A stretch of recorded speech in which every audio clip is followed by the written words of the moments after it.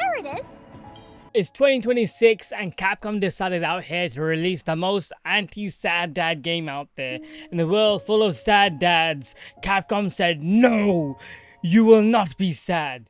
And to that, I have to applaud them. Pragmata is nothing but good vibes. After 10 years of waiting, Pragmata is finally out. And how is it? Well, it's aight.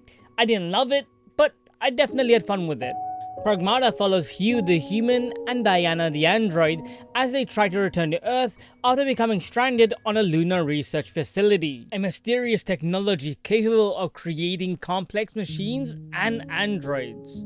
However, the station is completely abandoned with no signs of human life. What happened isn't fully clear, but what is the AI Idus is trying to stop Hugh and Diana from escaping at any cost.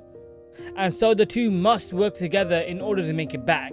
What first starts out as an awkward encounter blossoms into a fun father-daughter relationship, and I wish more games were less sad dad and instead happy dad games like this. Diana and Hugh riff on each other and have a genuine feel-good vibe. Diana, while smart on the moon base, has missing gaps on what it means to be human and what life on Earth is like. And so much of her is having genuine wonder on what Earth is, and the type of experiences that follow.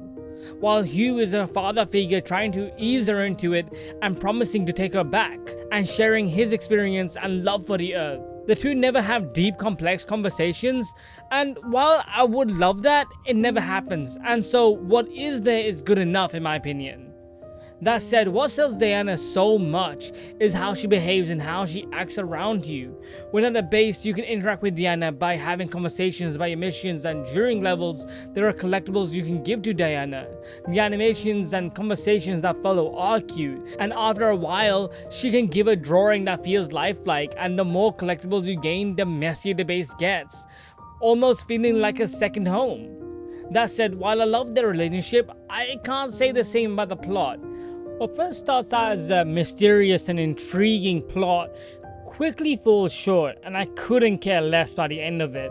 I thought the story could have been so much more, but instead it follows all the predictable story beats while never having anything interesting to say.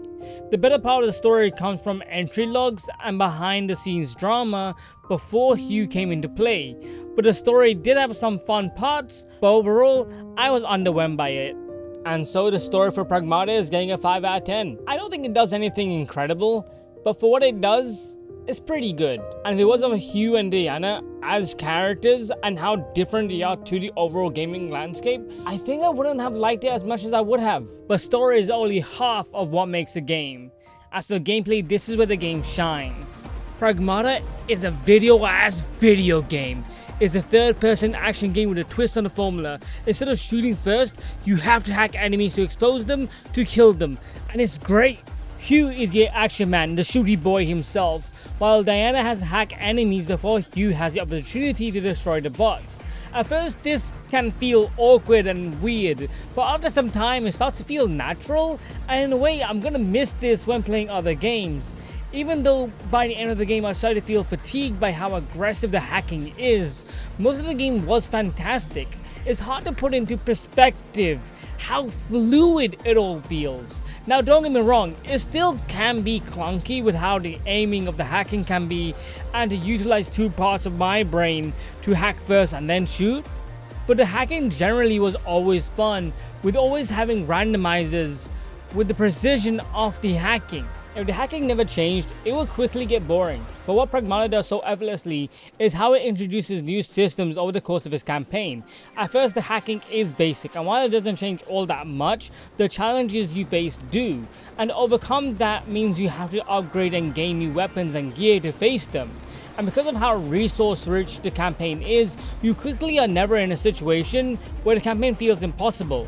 Instead, after every run or death, you're back at your home base, where you can upgrade almost anything, and over the course of a level, you'll be able to find items and upgrades that can help you further if you want. And while I wish the game had more movement tech, as I found it was a little clunky and the platforming was pretty bad and slow, I often was pretty impressed with how the game felt from level to level and how the sound design resolved around it.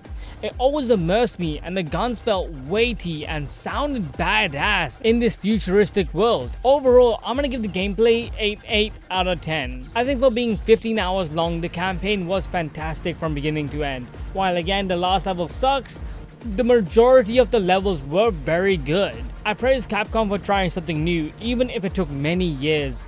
What was it, 6 years?